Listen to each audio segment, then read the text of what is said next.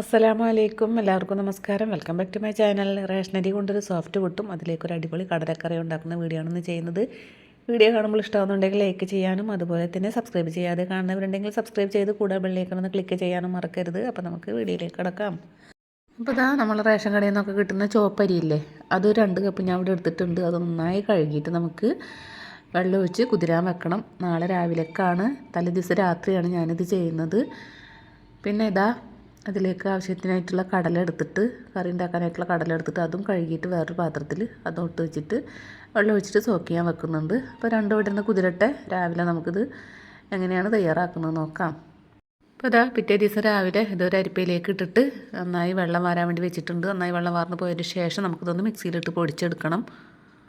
അപ്പോൾ ഞാനിതൊരു 3 ബാച്ചായിട്ടാണ് പൊടിച്ചെടുക്കുന്നത്. ഇത് 2 ബാച്ചായിട്ടാലും കുഴപ്പമൊന്നുമില്ല. പിന്നെ പൊടിച്ചെടുക്കല്ലേ, അപ്പോൾ മിക്സിക്ക് കുറേശ്ശെ ഇടുമ്പോൾ പെട്ടെന്ന് നമുക്ക് പൊടിഞ്ഞ് കിട്ടുകയും ചെയ്യും. മിക്സിക്ക് ഒരു ഓവർലോഡ് ആവാതെ നമുക്ക് നോക്കുകയും ചെയ്യാം. അപ്പോൾ അത് കാരണം തന്നെ ഞാൻ 3 ബാച്ചായിട്ടാണ് പൊടിച്ചെടുത്തിട്ടുള്ളത്. പെട്ടെന്ന് പൊടിഞ്ഞിട്ടുട്ടോ, കുതിർന്ന കാരണം.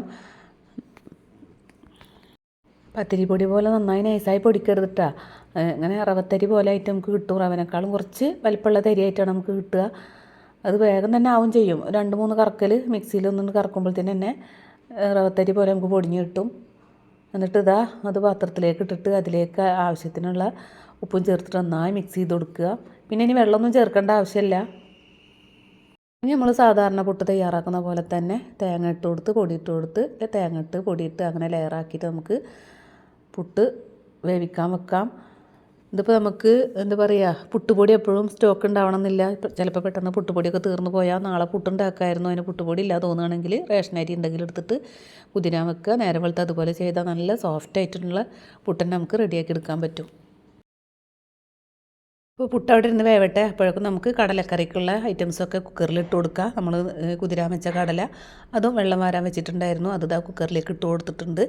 എന്നിട്ട് അതിലേക്ക് ഒരു ചെറിയ സവാള അരിഞ്ഞത്, ഒരു തക്കാളി അരിഞ്ഞത്, പിന്നെ കുറച്ച് വെളുത്തുള്ളി ചതച്ചത്, ഇഞ്ചി വേണ്ട, ഒരു 5-6 അല്ലി വെളുത്തുള്ളി ചതച്ചത്, പിന്നെ ആവശ്യത്തിനുള്ള പച്ചമുളക്, ഓരോരുത്തരുടെ എരിവിനനുസരിച്ചുള്ള പച്ചമുളക് അത് ചതച്ചെടുത്തത്, വേപ്പില എല്ലാം കൂടിയിട്ട് കടലയിലേക്ക് ഇട്ട് കൊടുക്കുക. അതിനോടൊപ്പം തന്നെ കുറച്ച് മുളക് പൊടി, ഒരു 1/2 ടീസ്പൂൺ മുളക് പൊടി. ഞാൻ ഇവിടെ കുറേശ്ശാണ് എരിവ് ഉപയോഗിക്കുള്ളൂ. എരിവ് കൂടുതൽ ആവശ്യമുള്ളവർക്ക് അതിനനുസരിച്ച് ചെയ്യാം.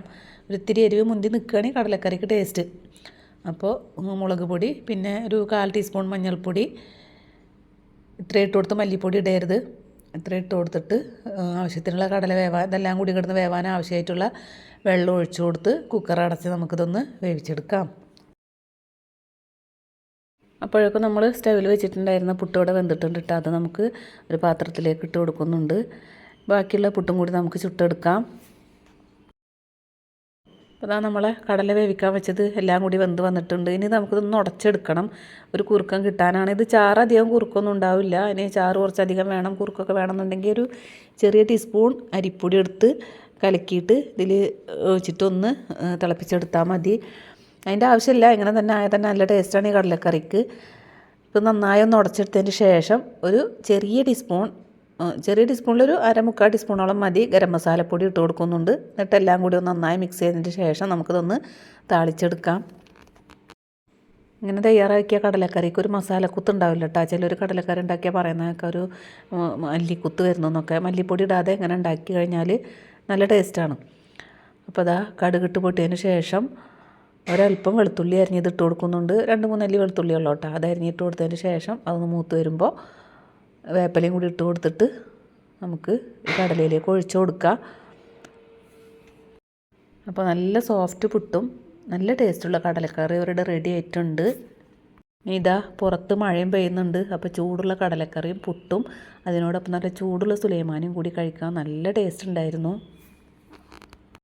അപ്പോൾ ഇന്നത്തെ വീഡിയോയുടെ അവസാനിപ്പിക്കുകയാണ്. എല്ലാവരുടെയും ദുആയിൽ എന്നെയും കുടുംബത്തെയും ഉൾപ്പെടുത്തണം. എൻ്റെ ദുആയിൽ നിങ്ങളെല്ലാവരെയും ഞാൻ ഉൾപ്പെടുത്താം. സപ്പോർട്ട് ചെയ്യുന്ന എല്ലാവർക്കും ഒരുപാട് താങ്ക്സ് ഉണ്ട്. ഇൻഷാ അല്ലാഹ് പുതിയൊരു വീഡിയോയുമായി വരുന്നത് വരെയും എല്ലാവർക്കും ബൈ.